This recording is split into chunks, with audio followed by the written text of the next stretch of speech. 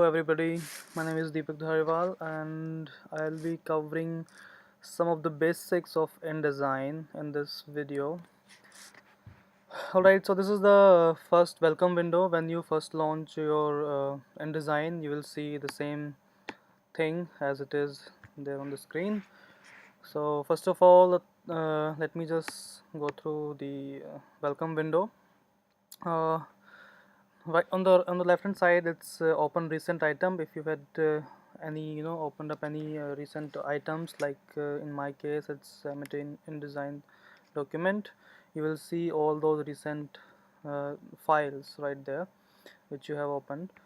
And on the right hand side, you will find some new options like create new document, book and library. So this book and library is not exactly the book you're thinking of. It's not a book and something like that.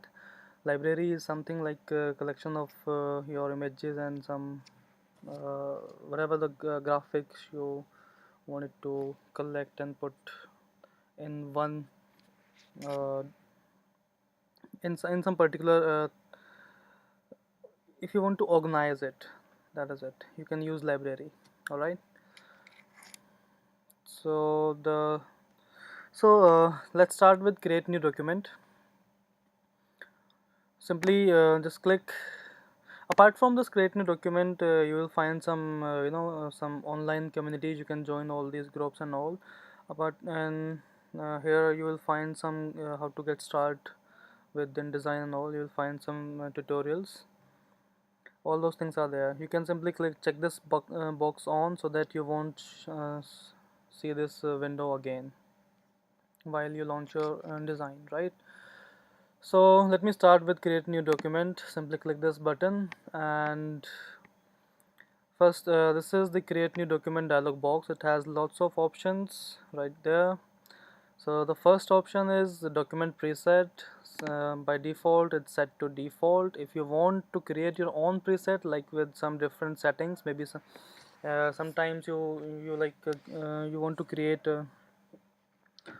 a particular type of document. Let's say you always try to create some document which has 20 pages and which has some certain size of pages and certain amount of settings right there. You want to use it again. So for that matter, you can simply create your own preset, right? Simply by changing these settings and simply save preset. That's it. Apart from that, the second thing is intent. So you need to define that for what particular purpose you want to create this document. It has three things. One is print, second is web and digital publishing. Basically the web and digital publishing is almost the same thing. So main difference between these three is one is for print, some hard copies, like you want to go for some printing options like magazines and all, newspapers. And apart from that, the second thing is that online thing, whether it is web or web digital publishing, it's all the same thing. So right now I just want to select this print because I just want to create a document for print only. All right. The second, apart from that, you will find number of pages. You can simply define the number of pages right there. Hit 10.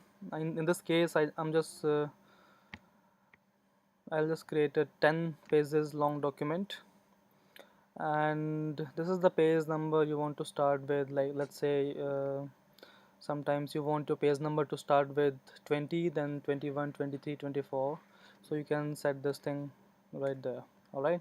Apart from that, you will see the facing pages. If you are creating like a book or magazine, you have to check this button on because you need to create a facing pages document. And in case of brochure and some PDF things, you don't need to create this as facing pages. You can simply check this button off, right? For now, I just want to check this button on because I just want pages to be the facing pages. We'll discuss about this thing later on because it's not that important right now. And apart from that, the page size, you can simply choose some of the standard page size, let's say letter size or legal or that tabloid, or let's say A4, A5, A3, right? So you can select any of these standard page size. For now I just want to select the letter size. You can simply define your own custom page size, like if you want letter size is like 51 point wide and 66 point uh, in height. So if you want to change it, you can change it according to your requirements. All right, this is the orientation. You want it to be portrait or the landscape, and these are the columns. If you want some column on every page, let's say most of the time in case of magazines you will find the standard thing, like standard type of columns on every page, maybe two column page or three column page in a magazine, or some in newspaper it can be more than five column pages. So you can define those columns right there if you want to. Let's say I want it to be a three column document. This is the gutter size, the size between the two columns, the gap between the two columns is called the gutter size. And apart from that, the margins, the top bottom margins, you can simply define simply by clicking on these buttons. As you can see, as I update, as I let's say I want this to be 4, it will update all as 4 because this link is checked on. Make all settings the same. If you hit this link, now you can change the all the margins with different sizes. Let's say you want bottom margin to be 5, and maybe inside outside margins. If you check this button on, you will see here as inside outside margins, and if you check this button off, you will see left and right margin, because of the obvious reason of facing pages, right? So simply check this button on. I just want all the setting to get back to 3. That's more than enough. And you will find more options right there. You can simply click this button and you will get few more options like bleed and slug. These are the two type of areas which you'll require while printing.